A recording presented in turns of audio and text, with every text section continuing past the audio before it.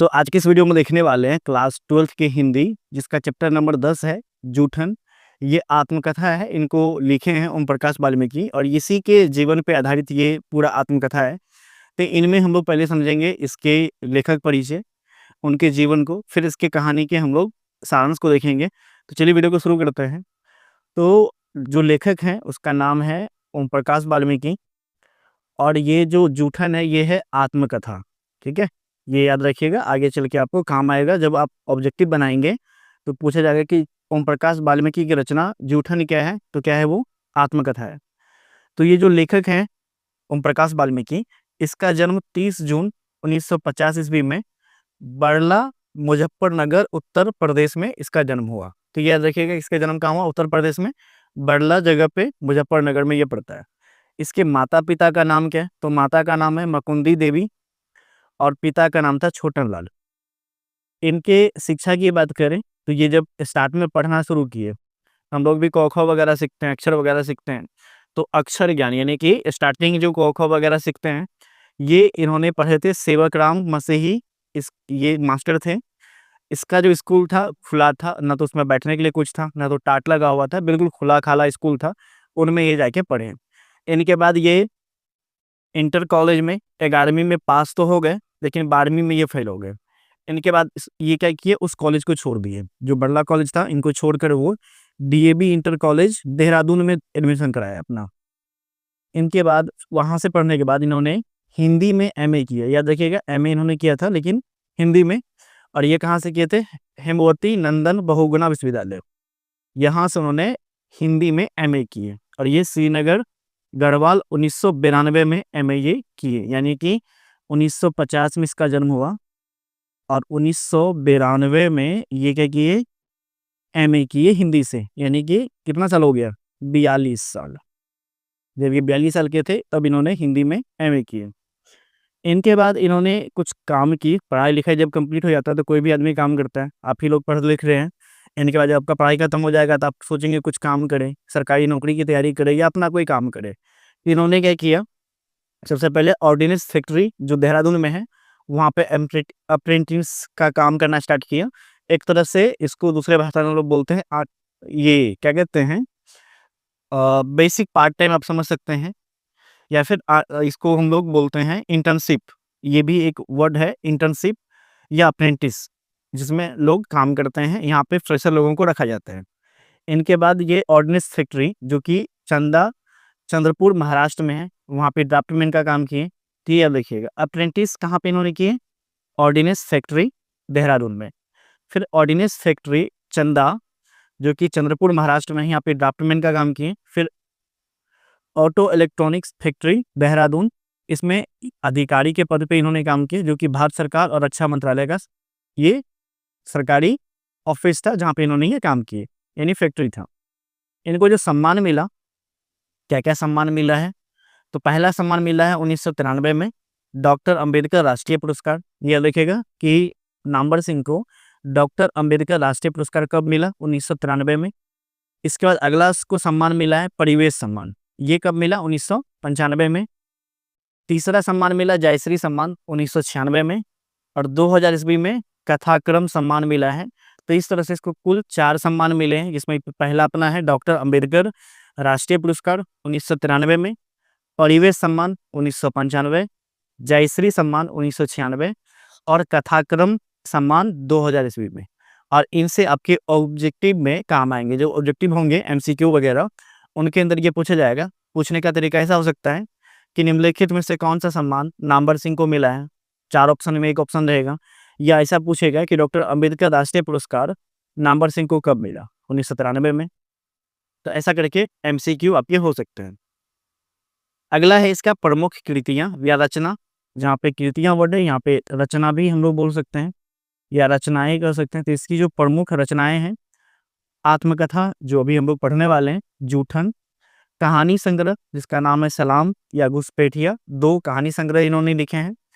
कविता संकलन भी किए हैं, जिसमें एक है सदियों का संताप, बस बहुत हो चुका और अब नहीं, अब और नहीं, बस बहुत हो चुका अब और नहीं। आलोचना भी रचना किए हैं, जिसमें लिखे हैं दलित साहित्य का सौंदर्य शास्त्र, ये आलोचना है इनकी। इनके बाद महाराष्ट्र में इन्होंने अपना एक नाट्य संस्था का स्थापना किया। महाराष्ट्र में नाटक जिसमें हम लोग करते हैं, इनकी स्थापना किया, जिनके बाद ये बहुत सारे नाटक भी किए। उस संस्था का नाम था मेघदूत। तो अब क्वेश्चन ऐसा होगा कि नामवर सिंह के द्वारा जिस नाट्य संस्था की स्थापना किया गया उसका नाम क्या था? तो मेघदूत। और इन्होंने नाट्य संस्था मेघदूत की स्थापना कहाँ पे किया? तब बोलेंगे महाराष्ट्र में। हालांकि ये थे उत्तर प्रदेश के। अब इनसे रिलेटेड जो भी वन लाइनर बन सकते हैं उनको देखते हैं। पहला कि ओम प्रकाश वाल्मीकि का जन्म कब और कहाँ हुआ? तो 30 जून को हुआ था, बड़ला, मुजफ्फरनगर, उत्तर प्रदेश में। ओम प्रकाश वाल्मीकि के आत्मकथा का नाम है क्या है? तो क्या नाम है? जूठन, जो भी हम लोग पढ़ेंगे। ओम प्रकाश वाल्मीकि को डॉक्टर अंबेडकर राष्ट्रीय पुरस्कार कब मिला? 1993। ये हम पहले ही बोल चुके हैं कि ऐसा ऑब्जेक्टिव आपको आएगा। ओम प्रकाश वाल्मीकि की आलोचना कृति क्या था? तो वो था दलित साहित्य का सौंदर्य शास्त्र। ओम प्रकाश वाल्मीकि का पहला अक्षर ज्ञान कहाँ हुआ? तो मास्टर सेवक राम मसीही के खुले स्कूल में। अगला है ओम प्रकाश वाल्मीकि की नाट्य संस्था का नाम क्या था? नाटक संस्था का नाम क्या था? मेघदूत। और कहाँ था ये? महाराष्ट्र में। ओम प्रकाश वाल्मीकि का संबंध किस साहित्यिक क्षेत्र से है? तो साहित्य, दलित साहित्य आंदोलन से। बस बहुत हो चुका अब, और नहीं। किस प्रकार की रचना है? तो ये किस प्रकार की रचना है? कविता संकलन है। तो ये सारे वन लाइनर जो राइटर से रिलेटेड हैं, इनको हम लोग देख चुके हैं। अब आते हैं हम लोग कहानी के ऊपर में, जो इसकी आत्मकथा है, इनके ऊपर हम लोग बात करते हैं। तो ओम प्रकाश वाल्मीकि के जीवन पे ही ये जो हुआ है घटना, उन्हीं का ये एक अंश है जो हम लोग पढ़ेंगे क्लास 12 में हिंदी के अंदर, जिसका नाम क्या है? जूठन। और जूठन क्यों है, ये अभी जाके आपको जैसे पढ़ेंगे क्लियर हो जाएगा कि इसका नाम आखिर जूठन उन्होंने क्यों रखा। तो सबसे पहले बात करते हैं कि लेखक के स्कूली जीवन। तो स्कूली जीवन का जो अनुभव है इनका बहुत ही ज़्यादा खराब रहा, क्योंकि स्कूल में इसके साथ भेदभाव किया गया और बाकी बच्चों की तुलना में इनको बहुत ही ज़्यादा सताया गया। तो स्कूल में हेडमास्टर कलीराम थे। इन्होंने इनका जाति पूछा और जाति जैसे पता चला कि ये छोटे जाति के हैं, इनके बाद इनको झाड़ू लगाने पे मजबूर कर दिया। तो स्कूल का हेडमास्टर का नाम क्या था? कलीराम।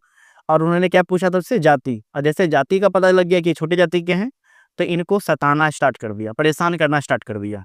उससे झाड़ू लगवाने का काम करवाता था। पढ़ाने का नाम तो था ही नहीं, उनसे साफ-सफाई सब वगैरह करवाते थे। लगातार कई दिनों तक उससे मैदान साफ करवाया, यानी स्कूल का फील्ड, स्कूल की साफ-सफाई करवाई, और पढ़ाई नहीं करवाते थे। पढ़ाई की जगह केवल क्या करवाते थे उससे? झाड़ू लगवाते थे।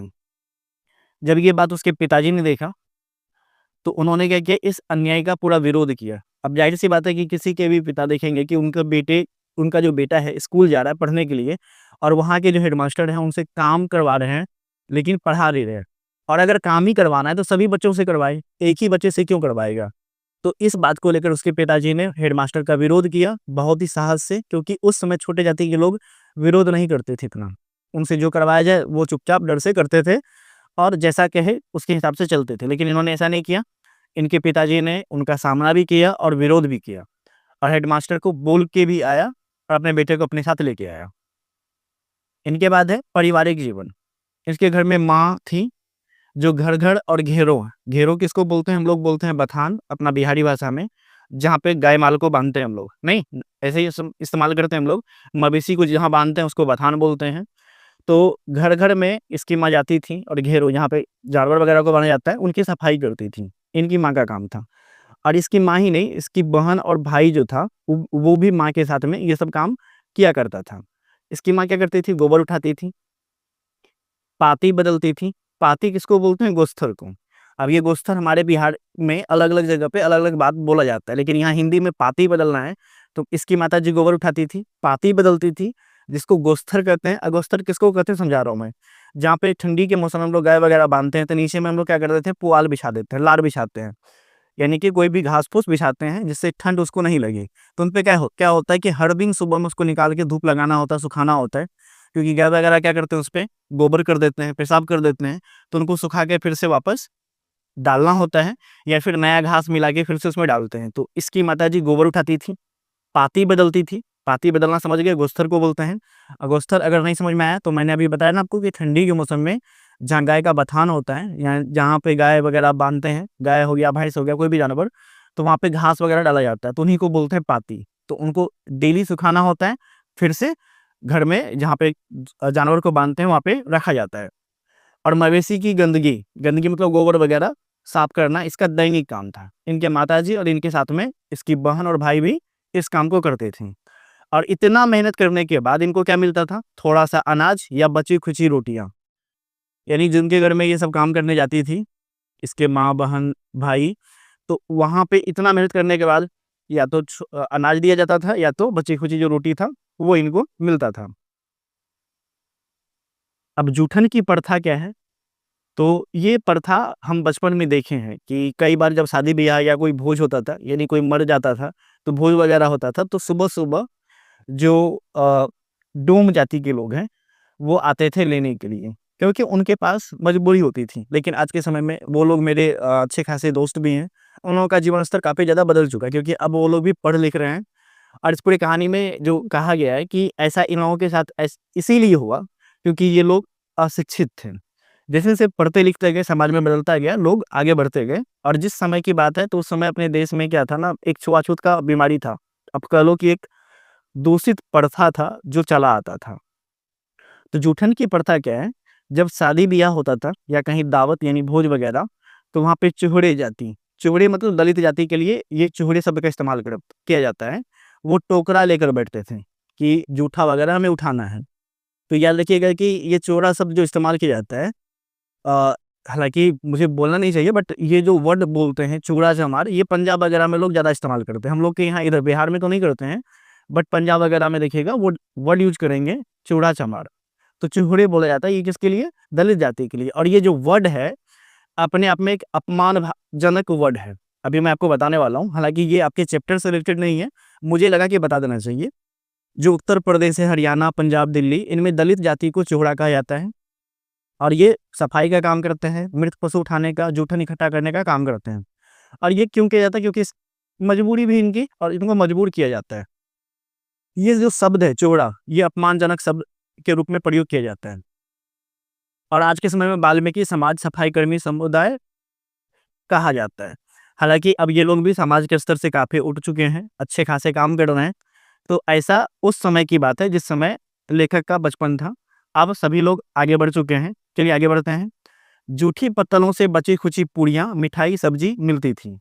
तो जब कहीं पे भोज-भंडारा होता था, तो ये लोग जाते थे।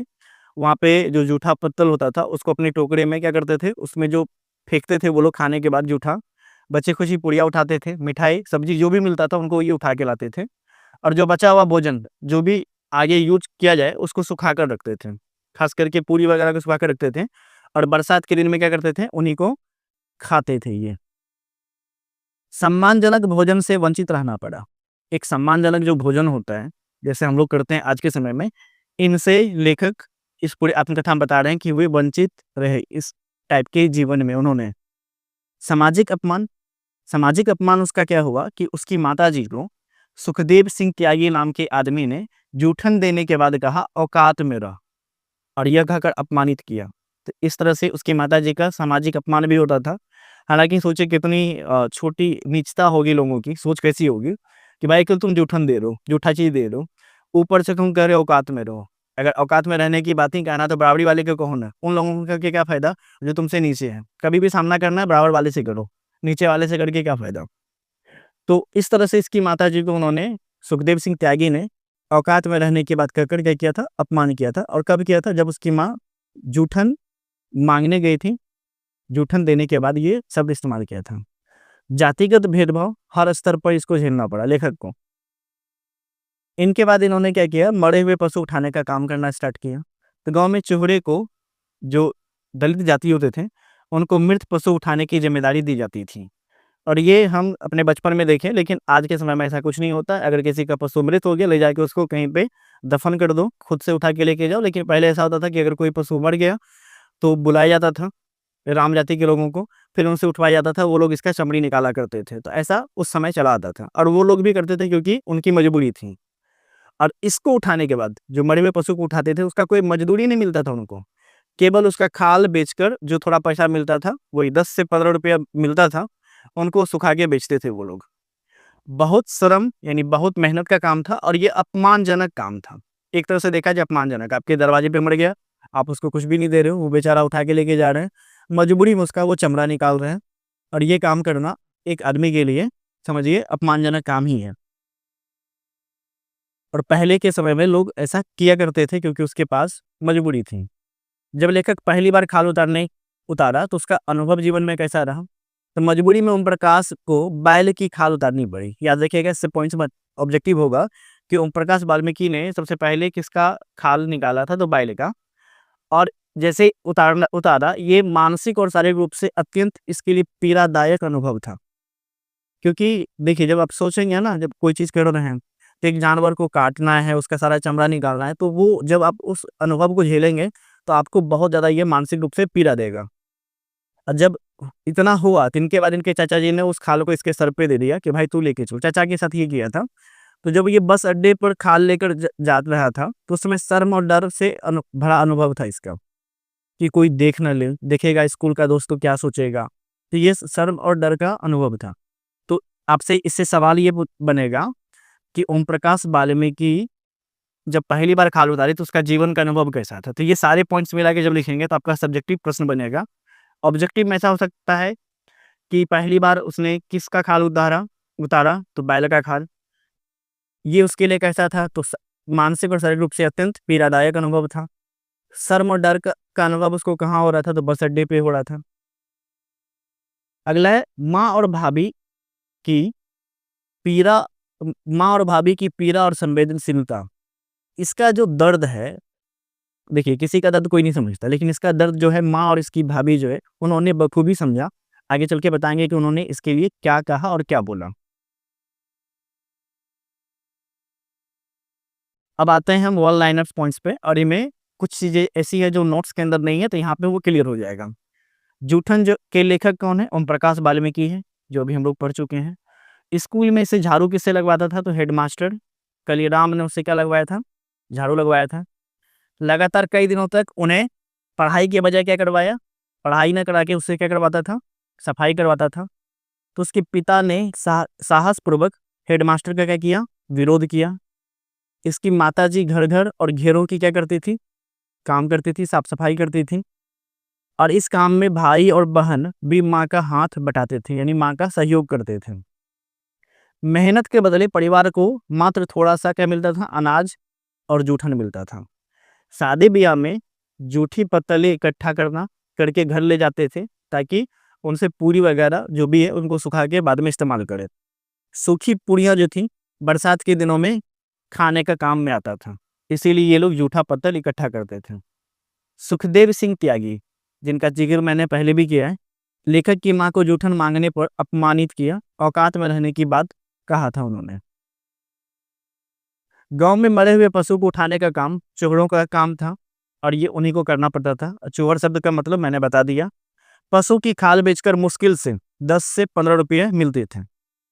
पशु की जो खाल होता था उनको निकालने के बाद जब बेचा जाता था सुखा के, तो कितना मिलता था? 10 से 15 रुपया। पहली बार लेखक ने अपने चाचा के साथ बैल की खाल उतारी।